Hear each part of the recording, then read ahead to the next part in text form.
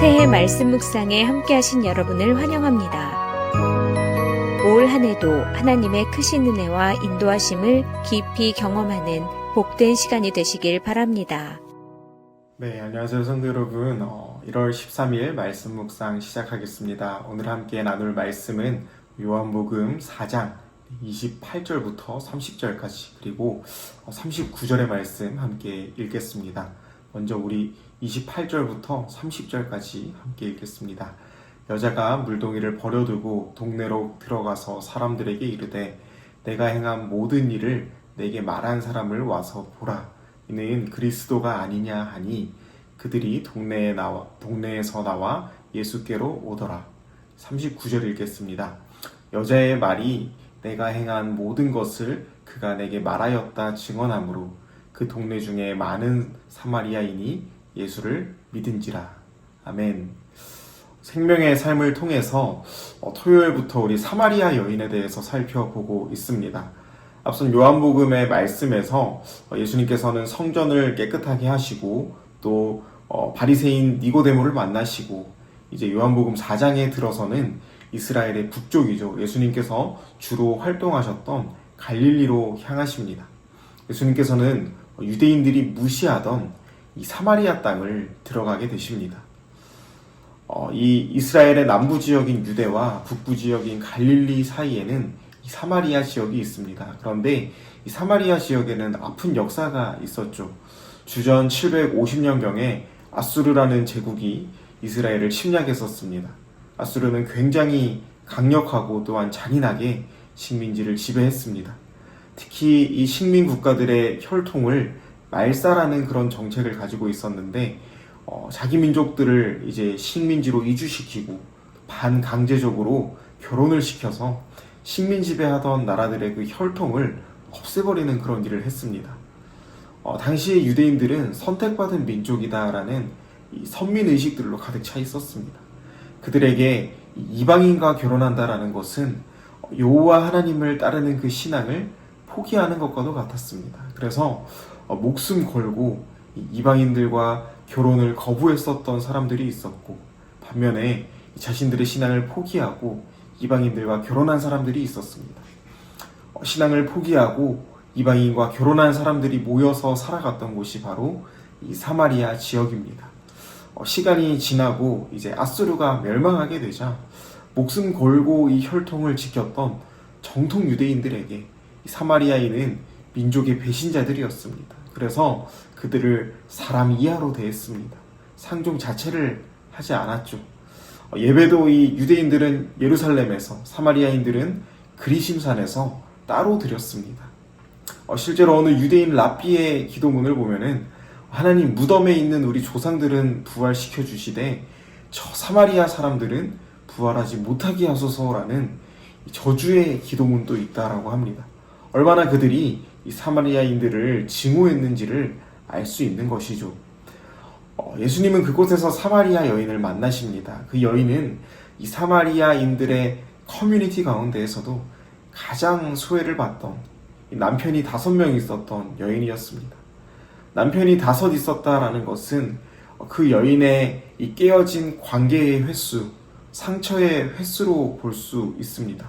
그래서 우리가 다 알 수는 없지만 이 대인관계의 어려운 가운데에서 이 여인이 살아가고 있었다라는 것입니다. 하지만 이 여인은 예수님과의 이 대화를 통하여서 서서히 회복이 됩니다. 변화가 됩니다. 예수님을 만나고 변화가 됩니다.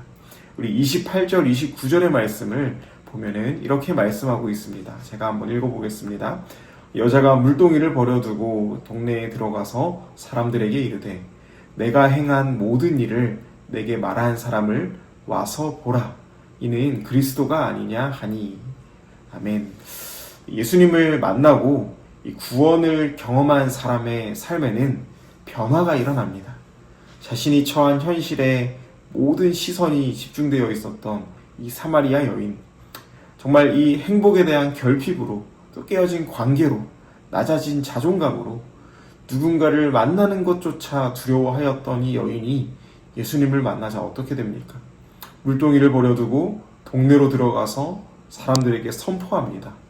내가 그리스도를 만났다. 이분이 메시아다라고 선포하고 있는 것입니다.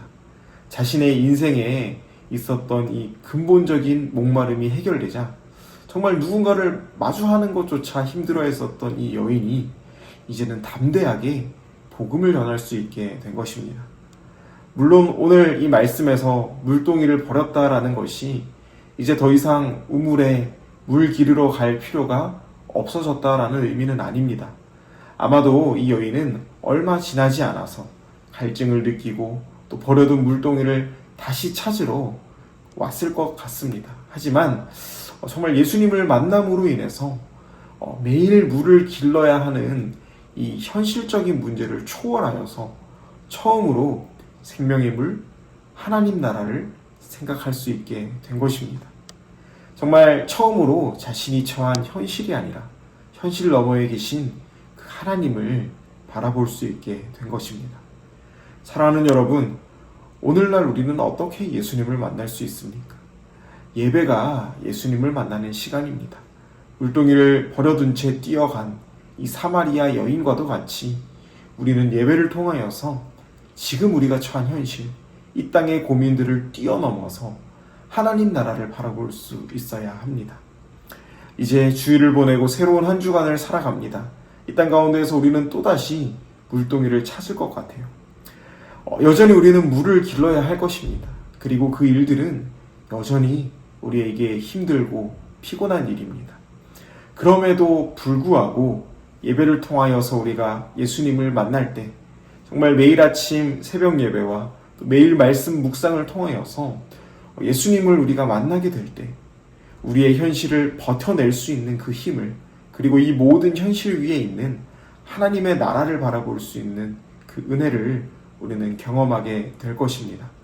예배를 통하여서 예수님을 만나게 되고 예배를 통하여서 우리의 물동이를 잠시 버려둘 수 있는 놀라운 은혜를 경험하는 우리 모든 주님의 교회 성도님들이 되시기를 간절히 소망합니다. 39절의 말씀을 보면은 사마리아 여인을 통해서 이제 수가성의 많은 사마리아인들이 예수님을 믿게 되었습니다. 사람들과 어려움이 있었던 이 사마리아 여인이 이분이 메시아다라고 선포하는 모습을 한번 상상해 보십시오. 어쩌면 예수님을 만났기 때문에 할 수 있었던 고백이었을 것입니다. 그렇게 많은 사람들이 그 여인의 메시지를 듣고 반응했던 것이죠. 그 마을에서 가장 보잘것없었던, 정말 동네 사람들과 관계가 어려웠었던 사마리아 여인이 이제는 복음의 통로가 된 것입니다. 복음은 이렇게 능력이 있습니다. 복음은 인생을 변화시키고 사람을 변화시키고 마을을 변화시킵니다. 또한 더 나아가서 열방을 변화시킵니다. 바라기는 이 복음을 통하여서 우리 모든 성도님들의 인생과 가정과 일터와 또 더 나아가서 열방이 변화되는 은혜가 있기를 주님의 이름으로 간절히 소망합니다. 기도하겠습니다. 사랑의 주님, 감사합니다. 오늘 말씀을 통하여서 이 사마리아 여인에 대해서 우리가 살펴볼 수 있게 하시니 감사합니다. 주님, 우리를 붙들어 주셔서 우리도 정말 예수 그리스도의 그 복음으로 인하여서 또 우리가 드리는 이 예배를 통하여서 우리의 삶이 변화되고 우리의 가정과 또 일터와 열방이 변화되는 놀라운 은혜를 경험할 수 있도록 주님 함께하여 주시옵소서. 이 모든 말씀 예수님 이름으로 기도합니다. 아멘. 주간 중보기도 월요일 기도 제목을 가지고 함께 기도하시겠습니다. 하나님께서 허락하신 여러 가지 감사의 제목으로 우리 함께 기도하기 원합니다. 주님께서 우리에게 허락하신 가정과 또 교회와 생업과 학업과 건강, 그리고 여러 가지 삶의 기회에 감사할 수 있게 하여 주시옵소서. 또한 새로운 한 주간을 살아갈 때 예수의 흔적이 있는 삶이 되게 하시며 모든 삶의 터전에서 나의 말과 나의 행위를 통하여 그리스도가 드러나게 하소서. 한 주간 코람되어 하나님 앞에서의 삶을 살아가게 하소서. 또한 선교사님들을 위하여 기도하실 때에는 태국의 전운주 선교사님, 아프가니스탄 임도마 선교사님, 브라질의 김창현 선교사님, 주님께서 은혜 주셔서 맡겨진 사역들 잘 감당하실 수 있도록 우리 함께 기도하시겠습니다.